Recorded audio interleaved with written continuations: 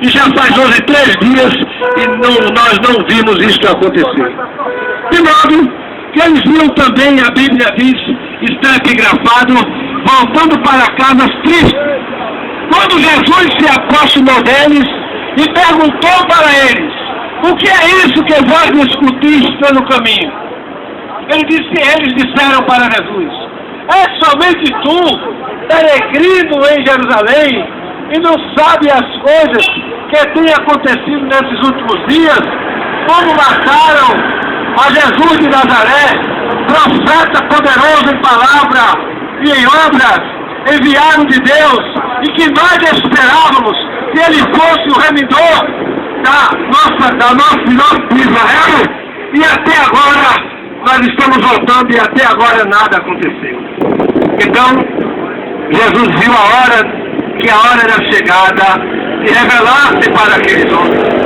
E Jesus disse para eles: porque tinha autoridade que eu não tenho, para dizer a eles o que eu não posso dizer aos senhores.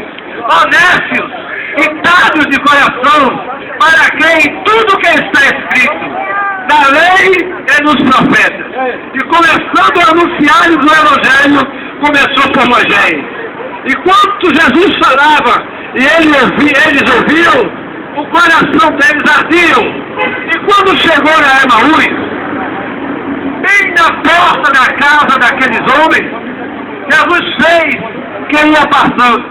Mas eles estavam gostando tanto da palavra do Mestre, porque Jesus falava como quem tinha autoridade. Jesus não falava como político, Jesus não falava como vereador, Jesus não falava como líder sindicalista, Jesus falava como quem tem autoridade para o Santo Evangelho. E a palavra de Jesus chamava a atenção. Se ele estivesse na sinagoga, a sinagoga estava cheia. Se ele estivesse nos montes, os montes estavam cheios. Se ele estivesse na beira do rio, e tinha sempre uma multidão pronta para lhe ouvir. Porque esse Jesus que ora pregamos nesta manhã é aquele Jesus que ressuscitou o filho da viúva de Naim. É aquele Jesus que deu a vista ao cego em Jerusalém. Quando alguém pegava que o cego era um pecador e que não via porque tinha pecado, e que perguntou para Jesus: quem pecou? Ele ou seu pai, para que ele nascesse cego? Santa ignorância. O homem era inocente. O homem não nasce trazendo pecado de ninguém na sua vida. A Bíblia diz em Ezequiel 18 que toda a alma, disse Deus, é minha. A alma do pai e a alma dos filhos são minha. Mas a alma que pecar, essa morrerá.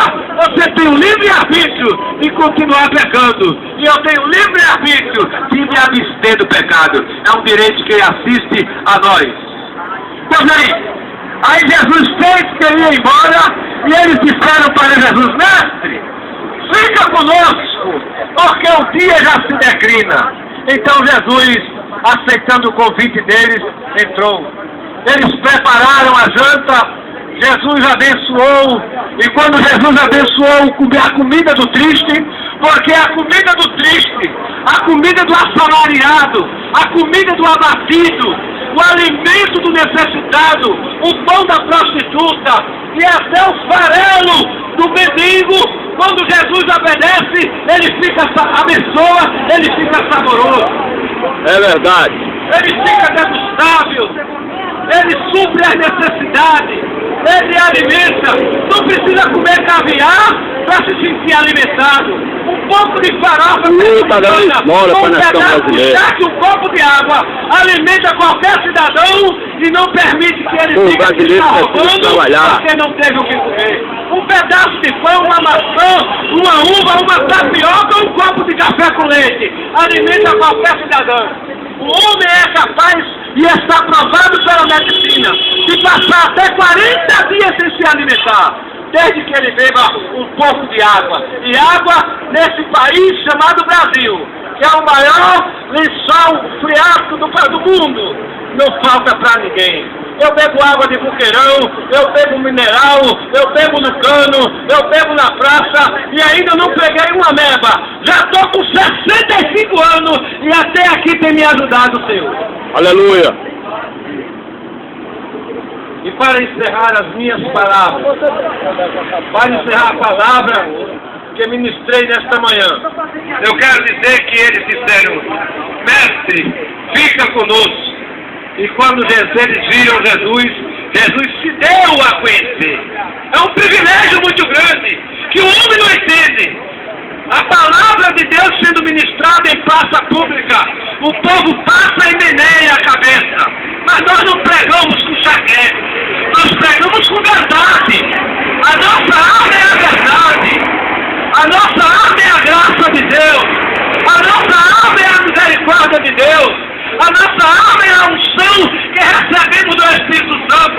Não temos medo de pregar e nem pedimos licença para pregar. Aleluia! Temos livre curso de ministrar qualquer religião, qualquer credo em plena praça pública. No meio do estudante, seja no meio dos doutores, numa cidade eclética como é Campina Grande, cheia de pregadores ilustres, de mulheres ilustres, de homens capacitados, de mente célebre. Mas Deus pega um homem que passou não sei quantos anos internado em Doutor Maia, preso na cadeiazinha lá em Doutor Maia, comendo pela janela, faz dele um pregador, barbudo sem aparência, e faz de mim um simples motorista de prefeitura, anunciar a sua palavra. Aleluia! Com autoridade e poder, porque o Evangelho de Jesus Cristo é o poder de Deus e a salvação para todo aquele que crê. E que Deus nos abençoe. Aleluia! Pode entregar para o outro irmão.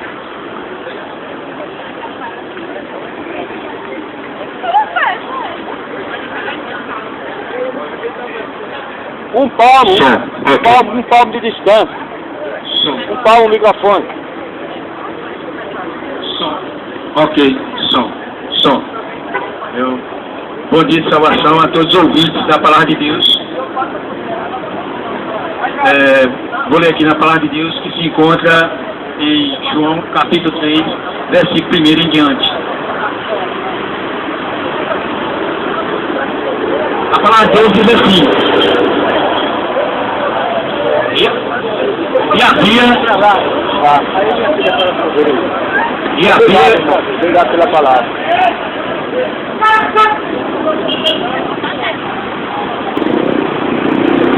E havia entre os fariseus um homem chamado Nicodemos, príncipe de judeus.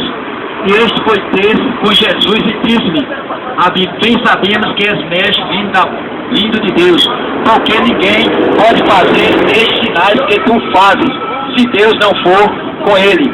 Jesus respondeu e disse: na verdade, te digo, que quem não nascer de novo não pode entrar no reino de Deus.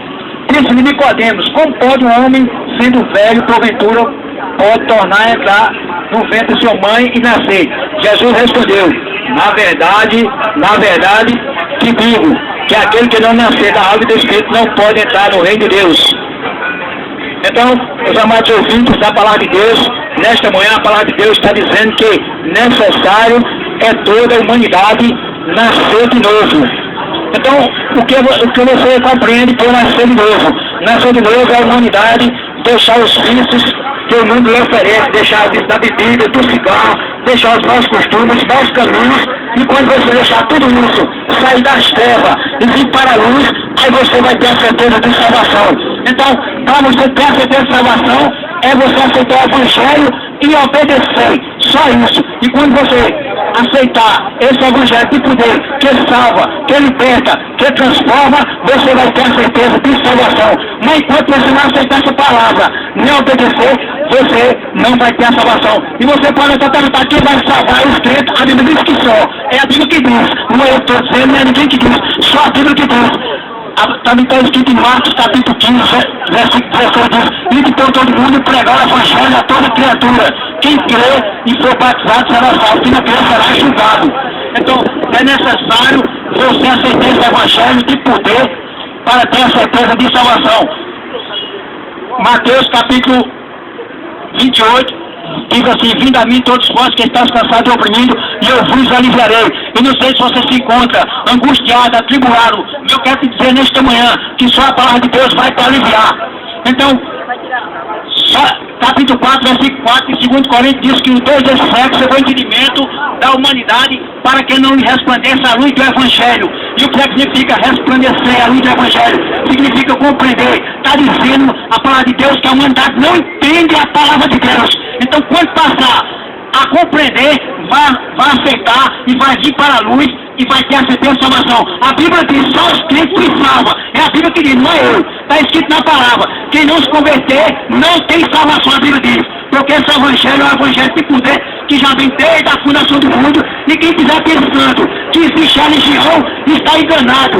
Só existe o Evangelho de poder que já vem desde a fundação do mundo, do começo do mundo até agora, para obedecer exatamente na rádio. Não existe religião, existe o Evangelho de poder que salva e liberta. Então, nesta manhã, quem estiver pensando que existe religião, não existe religião. Religião significa religação para com Deus. Não existe. Quem estiver pensando que existe religião, está todo mundo enganado. No Brasil e nos países do mundo todo, e dos 80 países do mundo, só existe o Evangelho, esse Evangelho de poder que salva, liberta e transforma a vida do ser humano. Então eu quero te dizer, nesta manhã, você não vai estar mais enganado. Você que se encontra aqui, nesta praça, você que vai passando. Então não existe religião, existe o Evangelho de poder que salva e liberta e transforma. E como é que eu vou provar isso? Pela própria Bíblia, pela palavra de Deus, que Jesus disse: ide por todo mundo e pregar o Evangelho a toda criatura. Que Evangelho é esse? É a palavra de Deus, é a Bíblia, o Evangelho que salva, liberta e transforma. Então nesta manhã, você não vai mais ficar enganado. Então aceita a palavra de Deus, aceita Jesus e venha para a maravilhosa luz que você vai ter a certeza de salvação. Então, mais uma vez eu digo, não existe religião, existe a palavra de Deus, e você só vai salvar aceitando a palavra de Deus. E quando você não aceitar, você não tem salvação. É a própria palavra que afirma, é a Bíblia que diz: necessário é você ter encontro com Jesus de Nazaré para você ter a certeza de salvação. Então você só precisa aceitar e obedecer a palavra de Deus para você nascer de novo e ser uma nova criatura. Então agradeço uma oportunidade em nome de Jesus. Vai lá.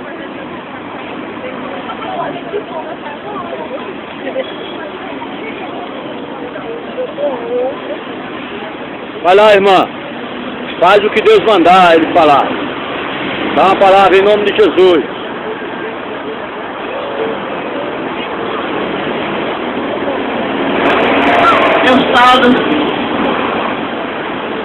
Eu salvo todos os irmãos, né? Com a santa palavra do Senhor.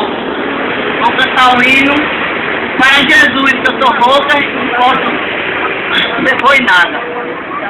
Por não ser que eu andei e perdido vaguei,